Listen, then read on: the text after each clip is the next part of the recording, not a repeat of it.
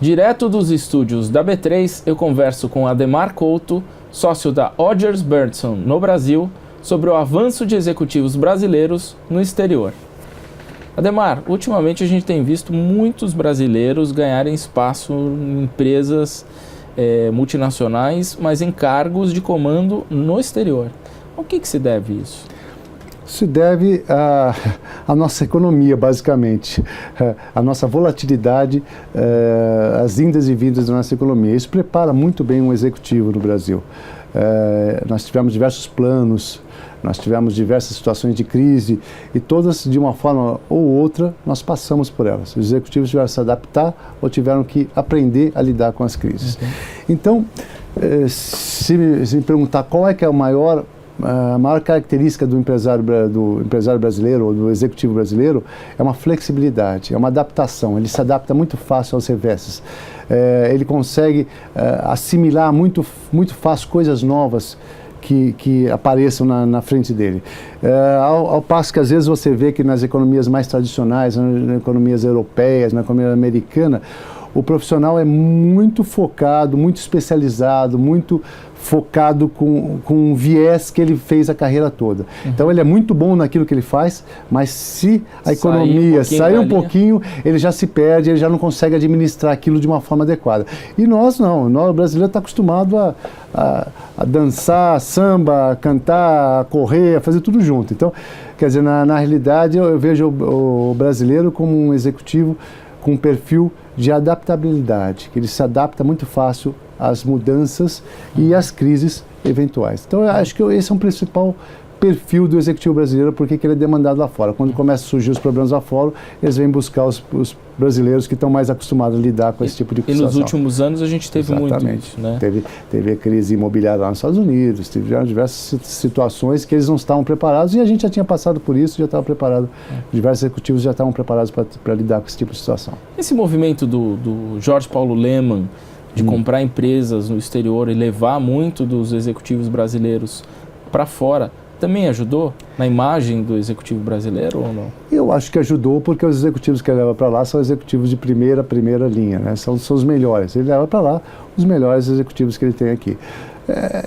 O Jorge Paulo Lemann e a equipe dele é uma coisa um pouco à parte da realidade, de fato, do Brasil. Quer dizer, nós temos hoje a JBS, que também comprou milhões de empresas lá fora e tal, e não necessariamente ela mandava os executivos para lá como fez o Jorge Paulo Lemann. O Jorge Paulo Lemann, na realidade, tem esse perfil de estar muito próximo, muito cercado das pessoas que ele confia, das pessoas que cresceram junto com eles. Eles formam os executivos todos dentro de casa. Então eles têm uma tendência natural, você vê, é muito difícil uma Ambev fazer contratações no C-Level através de headhunters, então eles até fazem numa necessidade ou outra, mas a maioria são todos os garotos que vieram de dentro de casa, cresceram e assumem posições. Às vezes, na minha opinião, modesta, até antecipadamente do que eles deveriam.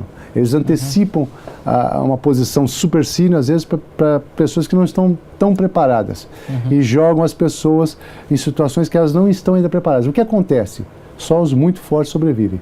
Então eles jogam 100 executivos em situações que eles não estariam ainda preparados no mundo real para assumir, e na realidade desses 100 sobram 20. E esses 20 são os próximos líderes dentro das empresas deles. Então, quer dizer, o que eles fazem eles têm uma massa muito grande de talentos e eles colocam a massa para se provar. Os que se provam sobem, os que não se provam são Mas acabam virando, de certa forma, garotos propaganda para o executivo brasileiro ou não?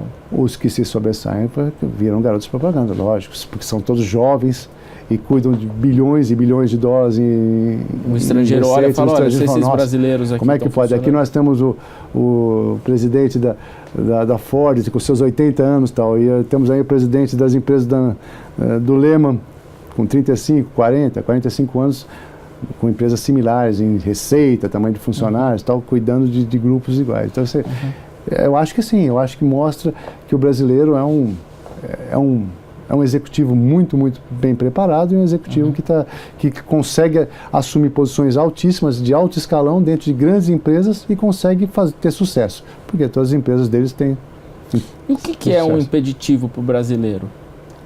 Qual que é o lado ruim para o brasileiro trabalhar lá fora? Na realidade, nesse nível que você falou do Jorge Paulo Lemann, não tem esse impeditivo. Mas dos executivos normais, muitos não têm a fluência necessária da língua. Tá? Isso é uma coisa. Para trabalhar lá fora, você tem que ter fluência da língua. Você não vai ter condições de trabalhar numa posição financeira, por exemplo, com diversos termos técnicos, fazer uma apresentação para um grupo de acionistas de uma empresa tal, se você não tiver uma fluência impecável da língua. Então, o primeiro ponto é você tem que ter uma fluência impecável da língua. A segunda é a formação técnica. O estrangeiro, ele valoriza muito a formação técnica. Então ele quer saber qual foi a universidade que você fez, se você tem um MBA, quais as certificações que você tem, antes de te dar credibilidade.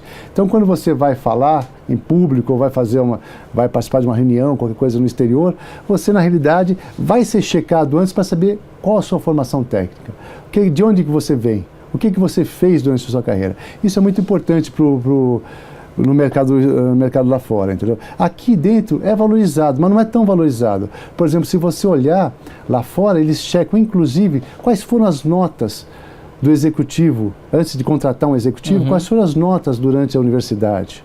Tá? É raro você ver no currículo aqui no Brasil esse tipo de pergunta.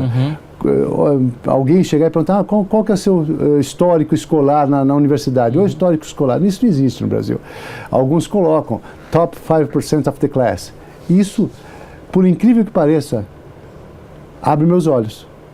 Porque quando são muito raros os que colocam, eu falo, nossa, top 5 of the class da Getúlio Vargas. Eu falo, nossa, um dos 5 melhores da turma, esse executivo tem alguma coisa diferente. Eu vou chamar ele, mesmo que eu não tenha uma posição, eu vou chamar. Isso me atrai. Lá fora isso é normal. E você ter um MBA, uma especialização em universidades, nas grandes universidades americanas, inglesas, europeias, isso ajuda? Ajuda e muito. Hoje em dia o nosso MBA também tem boas universidades que têm MBA que estão sendo valorizadas lá fora. Como quais, por exemplo? O INSPER, a GV, a própria USP, depende do setor que você tiver, mas Tosita, qualquer uma das grandes universidades, depende do setor que você tiver, são valorizados lá fora. Tem muita já são reconhecidas as nossas universidades. Mas quando eu olho, por exemplo, um currículo, ele tem um MBA em Harvard, eu tenho MBA em Stanford, eu tenho MBA em qualquer uma das grandes universidades, MIT, eu paro e falo, nossa, eu quero conhecer essa pessoa, independente de se eu tenho uma posição ou não, eu quero conhecer para saber. E agora, voltando para o Brasil, quais são as áreas hoje que estão mais contratando?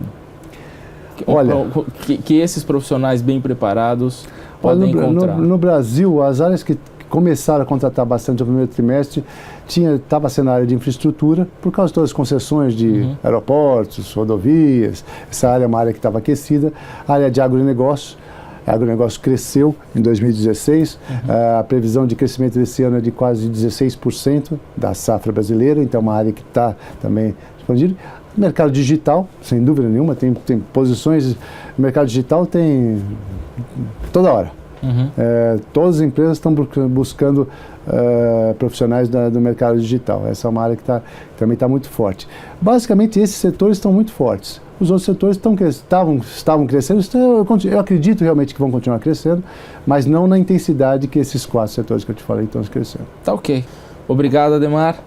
E no próximo bloco conversaremos sobre diversidade e compliance nas empresas.